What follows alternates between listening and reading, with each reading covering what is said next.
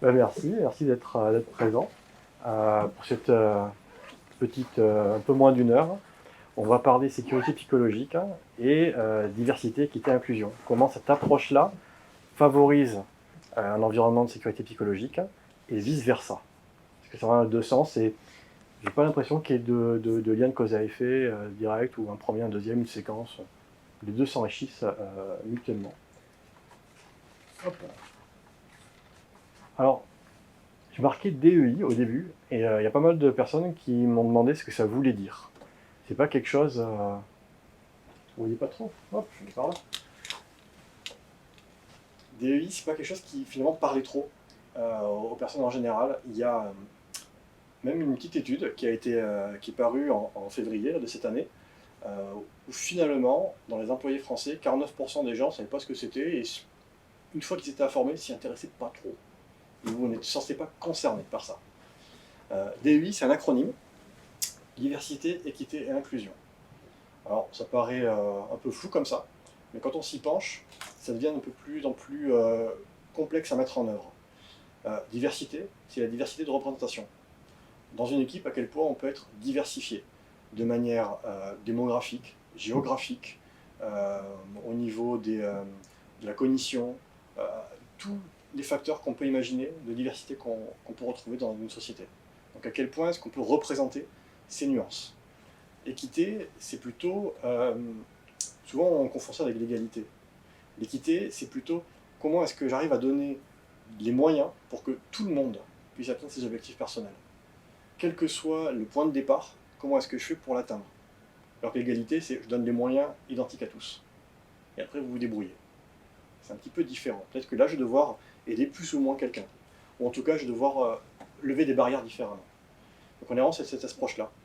Et l'inclusion, c'est comment est-ce qu'on va faire pour rassembler toutes ces personnes. Comment je m'assure que, au travers de mon équipe, je vais avoir des personnes qui vont pouvoir s'exprimer, qui vont pouvoir se sentir légitimes à participer à un débat, à participer à une action, participer au travail de manière générale.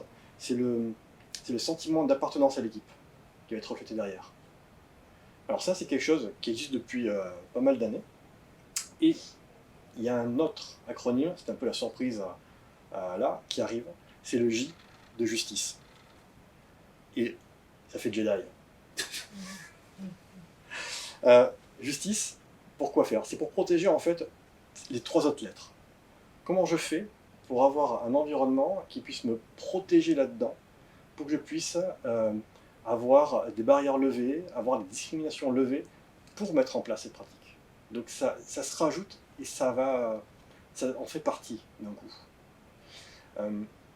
Il y a une conférencière, Julia Savara, qui, elle, ajoute, quand elle parle de justice, c'est pour juste être.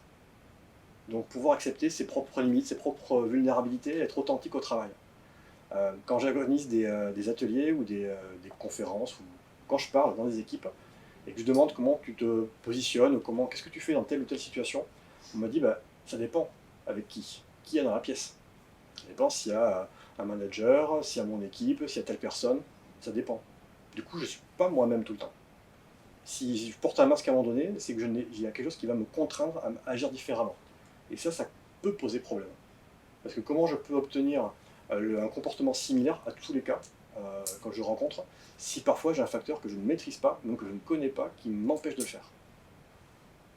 Et la question du coup qu'on se pose, c'est en tant que manager, comment vous savez, vous, ce qui se passe dans votre équipe et quels sont les facteurs en jeu. Et ça, c'est assez compliqué. Et quand on regarde un petit peu comment évolue le monde, la société, finalement, on commence à devenir plus mature et ça résonne pour certaines personnes, ce genre de pratique. Et donc on arrive à avoir des portes pour les mettre en place. Mais c'est pas partout. Et là, ce que je vous propose, c'est d'aller explorer un petit peu tout ça ensemble. Pour voir à quel point, finalement, vous les pratiquez sans le savoir, très certainement, mais où est-ce qu'on pourrait aller au-delà. Alors, pourquoi j'ai voulu vous en parler? C'est quelque chose qui me trottait dans la tête depuis longtemps. Et puis, début d'année, il y a eu un petit séisme côté américain qui s'est passé. Je vous ai mis quelques exemples, il n'y a pas tout, il n'y a pas tout le monde, de sociétés qui ont retiré les programmes DEI de leur entreprise, en 11 janvier, d'un coup. Donc Meta, McDonald's, Amazon, il ne faut plus en parler. Il faut plus en parler. Mark Zuckerberg, lui, parlait vraiment de remettre le mérite au centre de l'entreprise et de reviriliser, je ne sais pas si ça peut se dire comme ça un petit peu, l'entreprise de manière générale, qu'il fallait être sur la performance, il fallait oser les choses et tout était axé sur le mérite. Et pour ça, facile, toutes les équipes qui s'assuraient d'embaucher, de promouvoir l'inclusion ont été supprimées. Donc aucune équipe, c'est pas que c'était renommé, hein, on les supprime, elles font plus ça comme travail. Tous les objectifs de représentation que je vous ai donnés, géographiques, démographiques, tout ça, on les oublie, il n'y a plus d'objectifs, plus de quotas, plus rien. Dans le recrutement, évidemment, ça change, donc niveau RH, avec des nouveaux objectifs de recrutement. Également au niveau des prestataires et des fournisseurs, et j'y reviendrai, pareil. On change, on s'assure qu'on puisse choisir qui on veut. Donc maintenant, pas besoin de favoriser une entreprise ou une autre ou vouloir faire une action sociale. Non, on prend celle qu'on juge et celle qui nous plaît, point. Et puis tous les programmes de formation. Donc c'est-à-dire que cette démarche-là va rentrer petit à petit dans une culture d'entreprise. Donc ça va être comme ça la manière de penser l'entreprise. Donc on va oublier tout ce que je viens de dire voilà, dans les salles précédentes, c'est oublié. Et ce n'est plus du tout bien avant.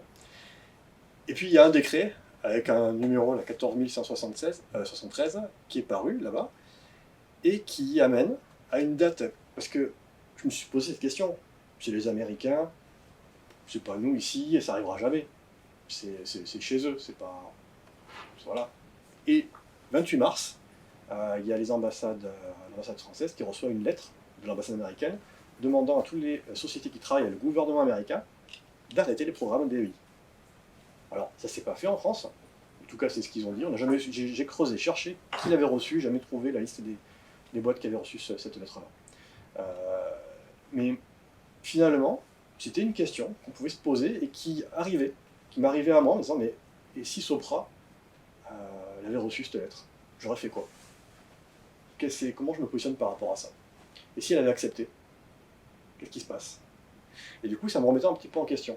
Alors, évidemment, qui je suis pour poser ce genre de questions?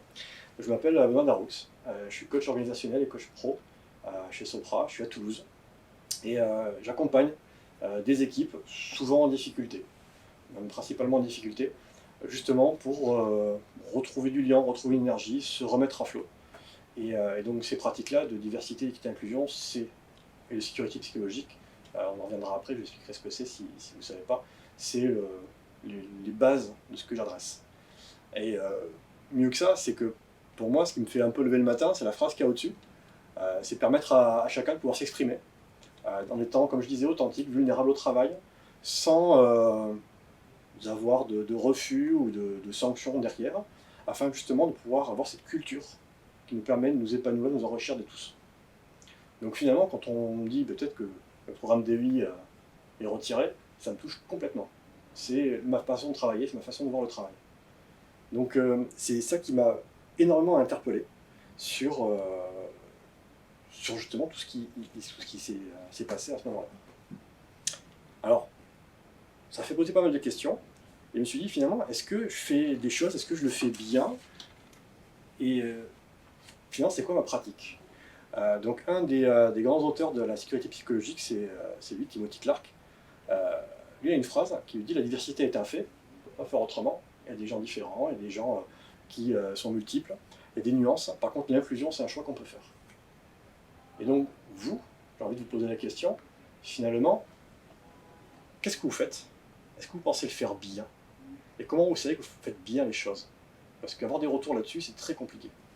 On peut vite tomber dans l'autocensure ou dans le politiquement correct, en pensant bien faire. Et c'est là où ça devient délicat parce que finalement on nous prend à partie alors qu'on aurait voulu être dans cette démarche-là. Et donc finalement on n'améliore jamais rien. Alors, je parle de sécurité psychologique, je vais quand même mettre une petite définition là-dessus, même si c'est pas tout le propos qu'il y a là. La sécurité psychologique, c'est pas quelque chose de nouveau. Ça a plus de 20 ans même. Il y a ce qu'on appelait la liberté psychologique dans les années 60, qui existait déjà. Ça a été étudié un peu plus profondément et mis en avant un peu plus médiatiquement, même si ça reste encore un petit peu de niche, par Amy Edmondson, qui travaille chez Harvard, qui est prof à Harvard, et qui, elle, a défini la sécurité psychologique comme une croyance de pouvoir s'exprimer, pouvoir partager ses doutes, pouvoir faire des erreurs, les rapporter, sans risquer d'être puni, humilié ou désavantagé par la suite. Et c'est ce qu'on appelle un risque interpersonnel. Donc c'est un risque entre deux personnes, parce que j'expose une difficulté, j'expose une erreur, et j'attends un coup de main de la part de la personne en face. Et ça, ce cadre-là, c'est très compliqué à avoir. C'est pas une injonction, on ne peut pas demander à des gens, exprimez-vous. Le côté, ma porte est toujours ouverte, ça ne marche pas. Elle est toujours ouverte, mais si personne rentre, c'est qu'il y a un problème. Pourquoi vous ne descendez pas voir les équipes si personne vient vous voir? Et ça, souvent, c'est pas fait. Et peut-être qu'elles ne viennent pas juste parce qu'elles ne se sentent pas en sécurité psychologique. C'est très différent de la confiance. La confiance, je vous la donne. J'ai confiance en vous. La sécurité psychologique, vous me la renvoyez. Je me sens en sécurité avec vous. Donc ça n'a rien à voir. Je peux vous faire confiance, mais derrière, si je ne me sens pas en sécurité, je ne vais peut-être pas m'exprimer de la même manière. Je ne vais pas avoir le même engagement. Bien que je vous fasse confiance. Je vous fais confiance, mais vous n'allez pas me mettre des bâtons dans les roues. Par contre, je ne vais peut-être pas tout vous raconter non plus. Parce que derrière, je ne sais pas ce qui pourrait se passer. Donc c'est là où ça vient toucher des petites nuances où on peut agir, mais qui sont toujours délicates. Donc on va voir, petit à petit, quand on veut faire changer tout ça, il faut penser culture d'entreprise. Et la culture est définie généralement par ou l'entreprise par ces trois piliers. Il y a le système dans lequel on est, l'environnement qu'on a donné, ça peut être l'organigramme, ça peut être les process, tout le système dans lequel on est. Ne serait-ce que d'être au bureau, dans quel bureau on est, le rassemblement, comment on est rassemblé dans les bureaux, de manière générale. Il y a ensuite la culture d'entreprise, c'est quelles sont les valeurs qui sont portées par l'entreprise, comment elles sont incarnées réellement. Et parce qu'elles sont incarnées, ça va donner lieu à des pratiques qui vont émerger naturellement. Des pratiques d'entraide, parce que j'ai vu quelqu'un entraider, j'ai vu un collègue venir, j'ai vu un manager prendre une position forte à un moment donné. Bon, je me dis, tiens, c'est possible. Il a été soutenu, ce manager, cette manager, je vais faire pareil. Ou alors quand il y a un problème, je vais pouvoir lui partager, comme ça il pourra me soutenir. Pourquoi pas? Donc les pratiques vont arriver par après. Donc on ne peut pas imposer les pratiques au début. Il faut d'abord changer le système dans lequel on est. Est-ce que je peux parler à ce manager? Est-ce qu'il me parle? Est-ce qu'il me fait des retours déjà? Est-ce qu'il y a le process pour le faire? Est-ce qu'on se voit? Est-ce que c'est prévu? Et on commence par ça. Peut-être tout le monde n'a pas son mot à dire là-dessus. Par contre, sur la culture d'entreprise, on est tous responsables de ça. On peut tous changer les choses parce qu'on peut tous avoir une posture différente. Et toute l'idée là, c'est de vous donner des petites astuces, des pratiques pour changer ou juste être conscient des postures que vous pouvez adopter en se disant tiens, là je participe à la culture d'entreprise, donc je vais peut-être réfléchir à 2 fois quand je fais quelque chose, parce qu'en fait, je le fais naturellement et ça a peut-être un impact plus loin que ce que je pensais. Et ça, c'est des choses qu'on voit assez souvent. Du coup, quand on va creuser sur le sujet, côté sécurité psychologique, ils ont, eux, 4 piliers. Donc là, c'est sorti cette année. 4 piliers, comme en agile, des piliers, des valeurs. Ils les mettent ici. Où, sans ces 4 piliers, on ne peut pas espérer avoir un environnement sûr, psychologiquement parlant. Et l'idée, c'est de pouvoir promouvoir à chaque fois quelque chose, des pratiques, des techniques là-dedans. Donc, les conversations ouvertes, à quel point vous pouvez converser avec des personnes sur n'importe quel sujet, et comment vous faites, surtout, pour amener ces discussions-là. Comment vous faites pour prendre des initiatives, vous permettre d'échouer? Quel est votre degré d'expérimentation? Comment vous faites pour expérimenter, et comment vous célébrez peut-être un loupé, un échec, et vous le célébrez comme un apprentissage? Il y en a qui le font, il y en a qui ne le font pas, mais si vous le faites comment derrière? Et ça, c'est important. C'est pas juste de dire on a essayé, on n'a pas réussi. Volonté d'aider. J'ai souvent des gens qui me disent moi j'ai envie d'aider, l'entraide, il n'y a pas de problème, on a qu'à me demander. Oui, mais c'est un effort de ma part de te le demander. Peut-être que je ne peux pas te le demander. Imaginez quelqu'un qui a des responsabilités en informatique, qui est leader technique, architecte. Comment il peut demander un coup de main à ses pairs? Parce qu'on pourrait lui dire, mais attends, t'es l'expert, hein. Ou si, tu devrais le savoir. C'est embêtant. Hein. Et ça, on ne peut pas, même si on a envie d'aider. Même si derrière, je demande à quelqu'un, et si on vient de poser une question, tu aurais envie d'aider? Ah oui, oui. Et j'ai souvent eu, moi, des personnes qui me disent, bah, moi j'ai envie d'aider, j'ai envie de former, posez-moi des questions. Puis personne ne pose des questions, parce qu'on n'a pas envie de dire, bah, tu peux me réexpliquer là? Parce que ça fait 2 mois que je travaille dessus, on a l'impression que j'avance, mais en fait j'avance pas et je vous bluffe un peu. Donc comment j'amène tout ça? Et évidemment, on arrive sur diversité, équité, inclusion. Et là, ça en fait partie du coup. Sans ça, je ne peux pas me sentir inclus dans un projet. Je ne peux pas me sentir à ma place, en tout cas. Pour avoir une place légitime. Et donc à ça, ce que je pourrais en rajouter généralement, c'est tout ce qui est écoute empathique et prise en compte de la vulnérabilité des personnes. Et donc avec ce petit mélange, on va être capable peut-être d'adresser des nouveaux comportements.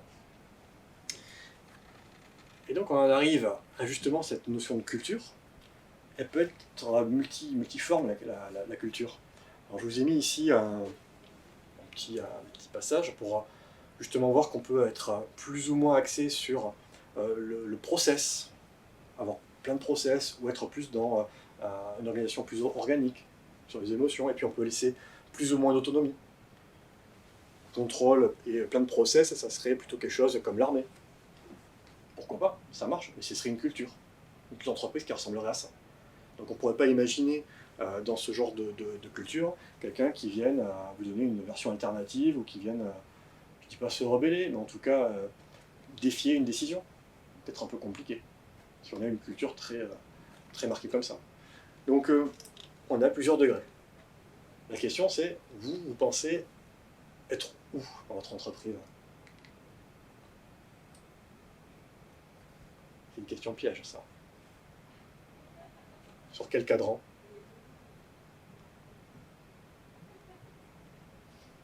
Ça veut dire, ça dépend. Ça dépend. On joue un peu entre les quatre, par contre. En fait, c'est ça. C'est que la question piège, c'est qu'il ne faudrait pas être sur un cadran, c'est qu'il faudrait être un peu de tout, un peu partout. Si on n'est que sur un côté, on va être très vite limité. Et on va se retrouver avec des freins, même dans les cadrans qui ont l'air plutôt sympathiques. Hein. Il faudrait qu'il y ait un peu de tout. Donc comment est-ce qu'on fait pour donner du contrôle tout en laissant les équipes autonomes, suivre des process, mais aussi être très proche des individus et des interactions dans les équipes agiles? Comment on fait pour favoriser ça? C'est toujours ce double questionnement sur lequel on doit répondre. Donc il n'y a pas de bonne question ou de bonne réponse là-dessus, c'est juste se dire, là-dedans, comment je fais pour avoir un petit peu de tout? Et est-ce que j'en ai un peu plus quelque part, et comment je rééquilibre? Peut-être. Si jamais c'est intéressant de rééquilibrer. Là, moi, j'ai pas la réponse aussi, c'est intéressant de rééquilibrer. Mais je sais qu'il faudrait qu'il y ait un peu de tout. Alors, maintenant qu'on a cette logique-là en tête, on va aller voir un petit peu plus dans le détail sur justement quand on a une interaction avec des personnes, comment est-ce qu'on pourrait se comporter. Donc ici, il y a différents niveaux de la même manière. Est-ce que vous êtes plutôt dans la collaboration, dans la coercition? Parce que c'est quand même vous le chef, donc il faut qu'on obéisse peut-être à votre décision. On ne sait rien, pourquoi pas. Et puis, quand on est d'accord, pas d'accord, ça se passe comment? On exclut la personne de discussion. Je prends la décision tout seul parce que je suis le responsable, donc tant pis pour vous, j'exclus tous les autres opinions. Ou est-ce qu'on va essayer d'inclure de plus en plus? Alors évidemment, l'idée dans le livre de Kim Scott, c'est d'aller vers un respect de l'individualité. C'est un respect radical de tout ce qui se passe, qui amène de l'inclusion et de la collaboration à l'extrême. Et c'est là où ça devient délicat et très difficile, parce qu'on commence à toucher des zones plutôt inconscientes dans notre façon de travailler. Je vous pose un exemple. Imaginons un projet difficile, il faut des décisions fermes à avoir, il faut prendre des décisions, elles sont fortes, fermes, ça va être un petit peu musclé. Ça va être Gérard qui va s'en occuper. Vous êtes dans la pièce, que pensez-vous de ma décision? Ça paraît bête comme ça. Mais... je suis le directeur. C'est-à-dire le fait de sous-traiter le... Je sais pas, on est tous une équipe. Il y a une personne, Gérard, fictive. Je la nomme Gérard. Et je dis voilà, il y a un prochain projet qu'on va faire. C'est un truc dur, hein. Il va falloir taper le poing sur la table, hein, un truc musclé. Hein. prend des décisions fortes, fermes. Donc je vois bien Gérard pour le faire.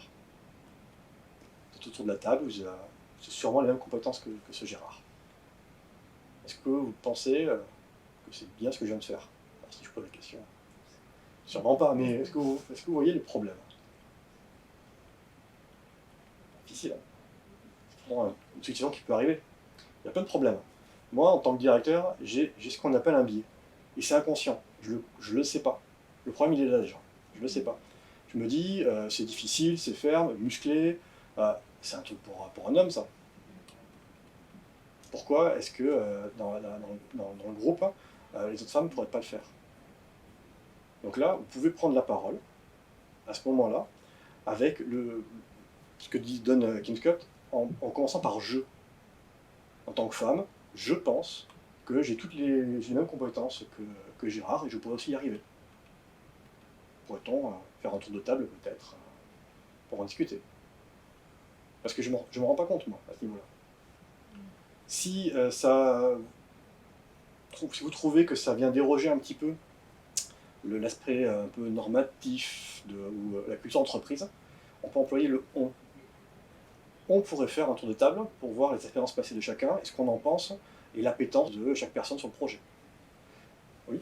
Mais ça ne revient pas à la question du départ, si on ne se sent pas assez à l'aise pour exprimer nos opinions. En fait, ça dépend de la personne. C'est-à-dire que moi, en tant que directeur, j'ai un biais inconscient et je me dis, mais tiens, c'est pour un homme, c'est pour Gérard. Et donc, toi, en tant que femme, tu peux dire, bah attends, mais moi, je peux aussi le faire. Donc, je pourrais le faire. Gérard, lui, peut-être qu'il s'est retrouvé avec un effet Barnum en se disant, bah tiens, oui, ça me colle. Ah oui, c'est moi musclé. C'est moi la décision ferme. Mais il pourrait très bien se dire, mais attends, c'est bizarre. Pourquoi pas mes collègues? Et si on faisait un tour de table? Donc là, ce serait plutôt Gérard qui viendrait intervenir, en disant, mais tiens, c'est bizarre. Et si on faisait quelque chose? Parce qu'on peut avoir des préjugés. Et là, lui, ce qu'il aurait, c'est des préjugés. Et on pourrait très bien imaginer, après quelqu'un qui vient vraiment trouver ça vraiment très, très difficile à vivre, c'est pas du harcèlement, mais ce degré-là de viscéral, et là, c'est quand on emploierait le mot « tu », en me parlant à moi. Tu prends une décision complètement sexiste. Pourquoi je ne serais pas capable? J'aimerais qu'on puisse considérer la question. Parce que là, ça devient plus fort que juste un biais inconscient. On commence à le conscientiser de plus en plus, ce mal-être. Et le fait de ne pas avoir cette inclusion. Vous voyez, ça peut être des trucs très subtils comme ça. Et la difficulté, c'est d'avoir des personnes qui puissent avoir l'espace pour s'exprimer, pour le dire. Parce que si je suis le directeur, est-ce que vous allez venir contredire ma décision? Peut-être pas. C'est ça le truc. Parce que là, vous ne savez pas comment je vais réagir. Vous vous dire, mais attendez, vous prenez pour qui, etc., etc. Ou alors, bah, tu veux une mission, bah tiens, je vais le mettre sur celle d'à côté. Un truc un peu placard, ou très très dur, qui va vous mettre à faire chauffer le cerveau. Donc ça peut être tout ça en fait. Donc le risque de prendre interpersonnel, hein, de pouvoir parler, c'est quelque chose qui est très difficile, parce que dans la culture d'entreprise qu'on peut avoir, on souhaite minimiser les risques. Vous faites sûrement de gestion de risque pour ne pas pour en faire en sorte qu'il ne se passe pas.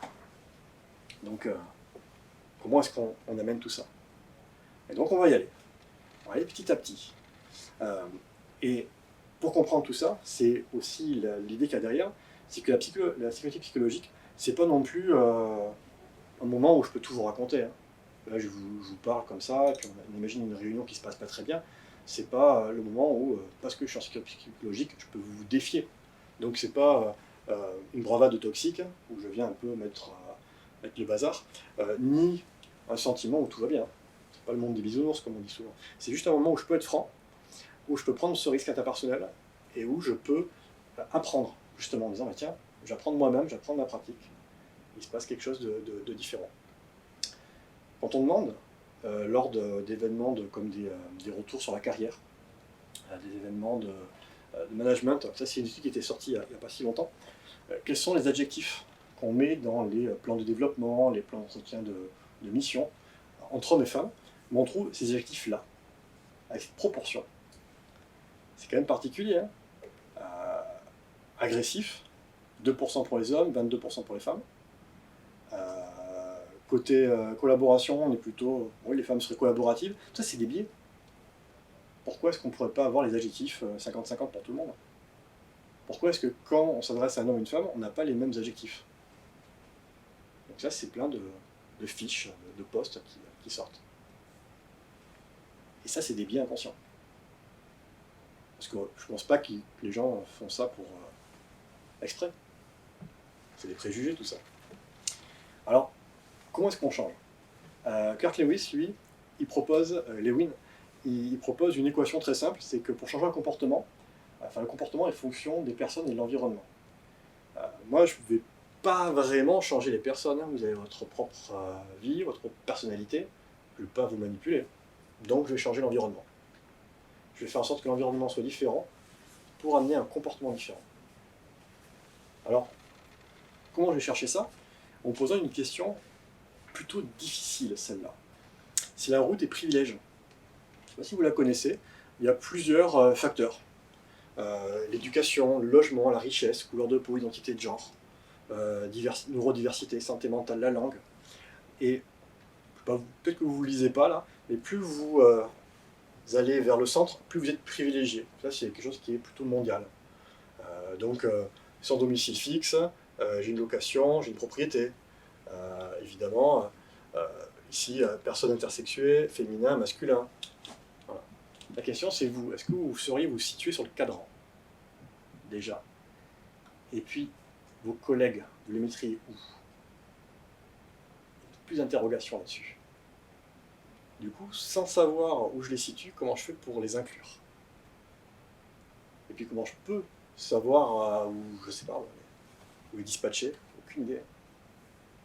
Donc ça va demander un certain effort, en fait, pour aller là-dedans. Alors justement, on va voir, parce que pour rentrer dans cette logique-là, il faut comprendre l'intérêt. Parce qu'on pourrait se dire, bah, tiens, j'ai qu'à mettre que des gens qui me ressemblent, ça a quand même bien marché. Ils sont bons, c'est des experts. Bon, pourquoi pas? De la même manière, quand on cherche et qu'on essaie d'étudier tout ça, on se rend compte que les équipes qui sont de plus en plus diversifiées sont celles qui prennent de meilleures décisions de manière générale. Mais vraiment de loin. Ici, vous avez une équipe avec que des hommes, et une fois sur deux, c'est une bonne décision qu'ils prennent.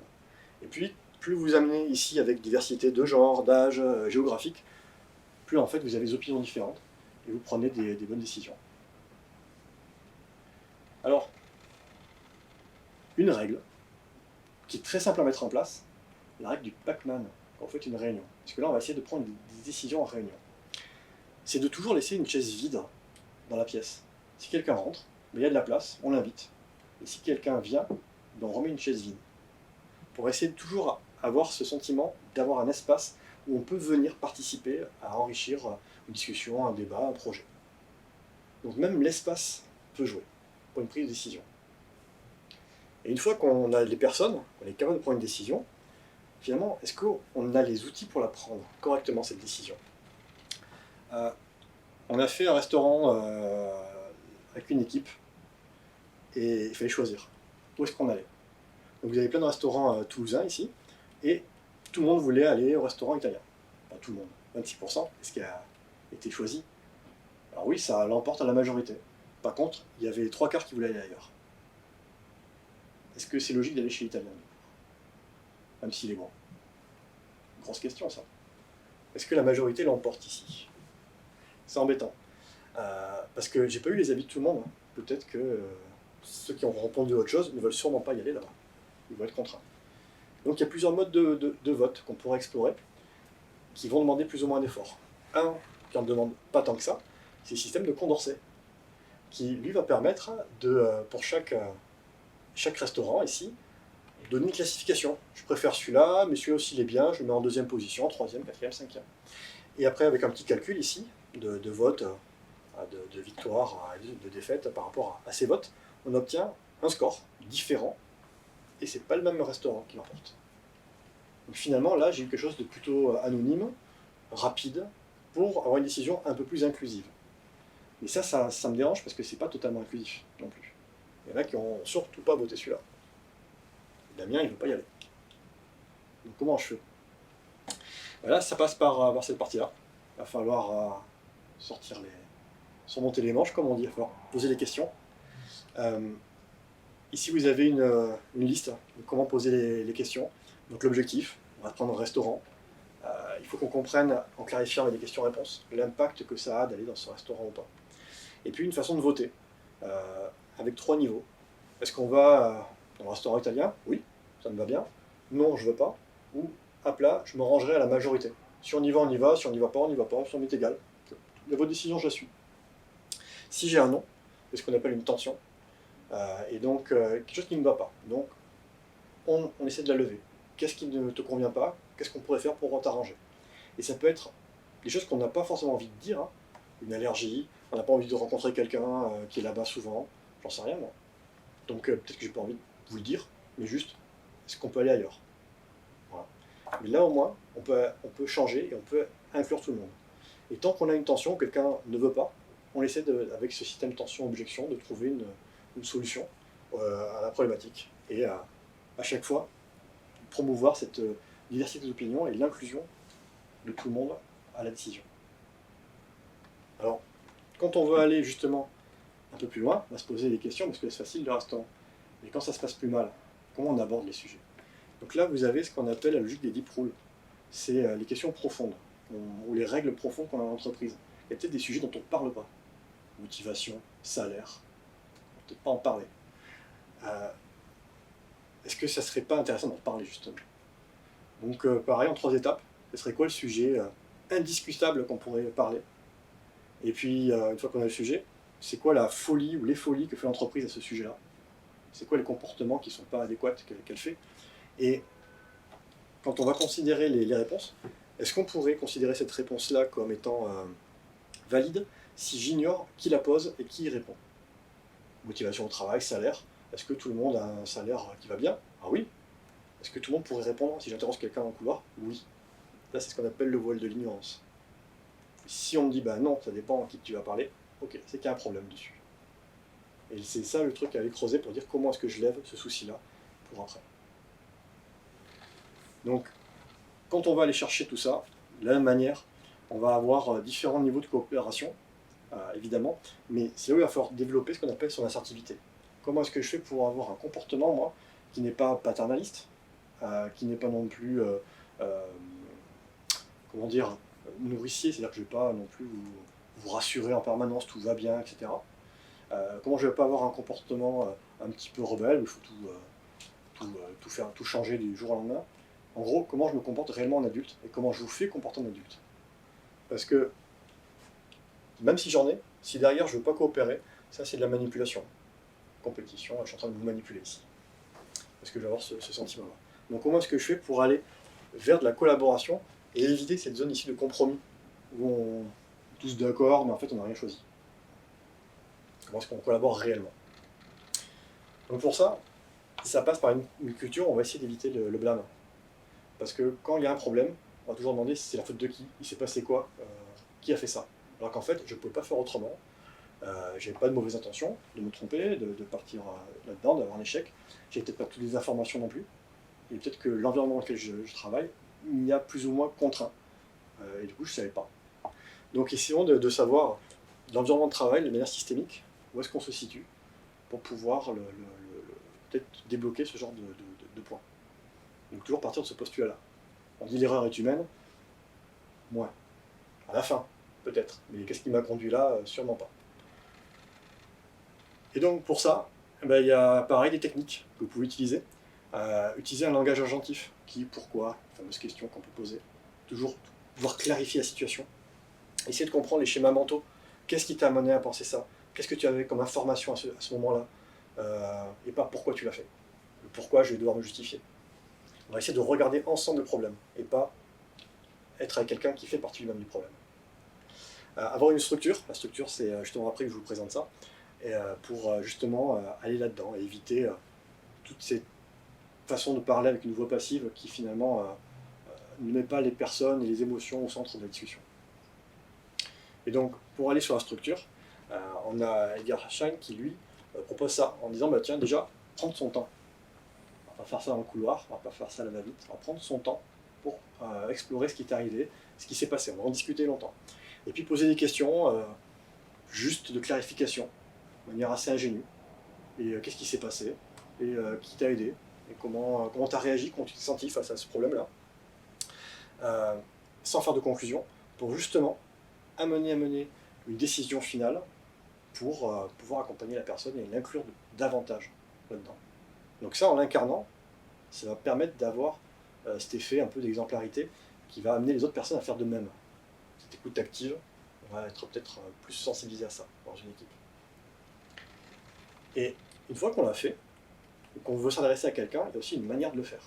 Donc là, au niveau de l'inclusion, c'est Catherine Garotte qui, elle propose une façon particulière de faire de la com.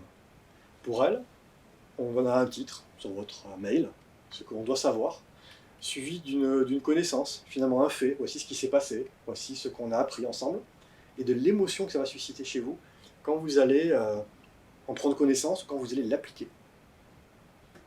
Quand on est sur la partie émotionnelle. Et une action, bon ben maintenant à vous de le faire, voici votre prochain petit pas pour y arriver, de votre côté, en espérant avoir le sentiment ou l'émotion qui en découle. Donc c'est une logique un petit peu différente de communiquer. Et il y en a d'autres qui arrivent, justement. Ici, parce que si on veut avoir des comportements différents, ça passe par des pratiques différentes. Les requins, on les a vus, c'est Shine, justement, pour amener cette écoute très active. Expliquer les décisions.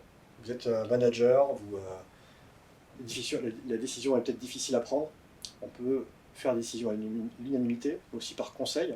J'écoute toutes vos opinions, mais à la fin, je prends une décision finale. Mais je sais ce que ça implique chez vous. Et vous savez que je sais, ainsi de suite. Ou alors, décision, comme on l'a dit ici, par tension-objection. On essaie de décider quelque chose, pas pour avoir un consensus, un compromis, juste, on prend une décision qui n'affecte personne d'autre. Et on va l'expliquer. La rotation, première personne à parler. Qui parle en premier dans vos réunions? Alors, on l'a eu ce matin, c'était un sponsor, c'est plutôt logique. Mais dans une réunion, est-ce que c'est toujours le directeur, manager qui parle en premier? Est-ce que c'est toujours l'expert qui parle en premier? Est-ce qu'on peut pas faire tourner cette première prise de parole? Ça pourrait être pas mal. Et le renouvellement des responsabilités. Pourquoi ces personnes dans l'équipe ne peuvent pas aussi avoir d'autres responsabilités ou redevabilités? On peut avoir ce terme-là. Et quand on veut aller là-dedans, les pratiques en face, il y en a pas mal. Il y a le Conversation Café. C'est Liberty Structures ici, où on va en tour de table poser un sujet, et chacun à son tour, on a 1 minute, sans que les autres interrompent, pour en parler. Une fois qu'on a fait un tour, on refait un tour sur qu'est-ce que je ressens maintenant par rapport à ce que je viens d'entendre.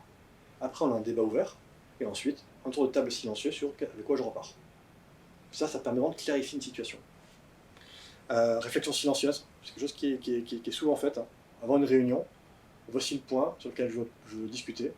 On se prend 5 minutes, et vous réfléchissez à ce que ça pourrait impliquer chez vous, ce que vous pensez qu'il va se passer, etc. Et en silence. Pas souvent ça, 5 minutes. Inclure des lean coffee dans vos pratiques. Le lean coffee, c'est des discussions, et une fois qu'on en a parlé, on l'archive, ces discussions, et on la partage. Et on peut peut-être venir comme ça dans différents sujets, différents points pour bien l'enrichir. En tout cas, on partage ce savoir autour de soi. Et puis le rapport 15-5, c'est 15 minutes à écrire, 5 minutes à lire. Voilà pourquoi il s'appelle 15-5, ça vient de chez Patagonia. C'est un rapport qu'on peut envoyer après chaque meeting en tête-à-tête. C'est plutôt un truc pour du tête-à-tête. Et aussi, c'est dans une équipe, on peut le faire, mais qu'une seule personne, avec 4 questions. Finalement, de quoi tu es fier depuis le début de la semaine? Qu'est-ce que tu as réalisé cette semaine? De quoi tu es fier? Est-ce qu'il y a des préoccupations en ce moment chez toi? Comme c'est un peu critique, on peut très bien dire je ne veux pas répondre à la question. Est-ce que tu es préoccupé par quelque chose? Ton moral et le moral de l'équipe. Est-ce que tu peux m'en dire plus? Et puis, qu'est-ce que je pourrais faire ou faire différemment pour t'aider? Et là, vous avez les réponses que vous pouvez lire rapidement. Et du coup, pour conclure tout ça, je reprends Julie Savaria dont j'ai cité au début, qui pour elle, pour pouvoir amener ces pratiques-là et amener cette posture, il faut commencer déjà à s'éduquer, et éduquer autour de soi sans faire de la censure. C'est-à-dire qu'il faut parler des choses, même des sujets un peu difficiles, en disant moi j'aimerais aborder ça, je sais que c'est difficile, et puis si ça ne vous convient pas, on essaie de voir comment ça peut vous convenir ou pas, ou on en fait plus tard. En tout cas, pas de censure. que cette logique-là, c'est pas comme le vélo, il faut pratiquer. Ça s'oublie. Ça s'oublie très vite. Donc sans pratique, hein, dans un an, c'est fichu. On a perdu cette culture, on a perdu cette émergence. Et puis, il n'est jamais trop tôt ou trop tard pour s'y mettre. Et elle, c'est intéressant parce qu'elle dit, oui, on peut l'expliquer à même des enfants, il faut juste changer le vocabulaire. Tout ce que je viens de dire, il faut changer le vocabulaire, ils le comprendront. Et il faut arriver à le partager aux générations futures, mais aussi passées, parce qu'il n'y a pas de raison de ne pas le comprendre et de ne pas pouvoir l'appliquer. Et du coup, je vais peut-être beaucoup déborder, en tout cas, pour moi, c'est tout. J'ai mis un QR code ici si vous voulez me faire des retours, il y a un peu de tout. J'ai eu la chance de pouvoir publier un livre il y a 2 ans, qui parle un petit peu de tout ça et un peu plus, donc si ça vous intéresse, il est là, et puis il y a tout ce qui est réseaux sociaux et tout ça. En tout cas, je vous remercie pour votre écoute. Et je ne sais pas s'il y a du temps pour les questions. Voilà. Il n'y en a peut-être pas. Ouais, tant pis. On se voit à une pause si vous voulez.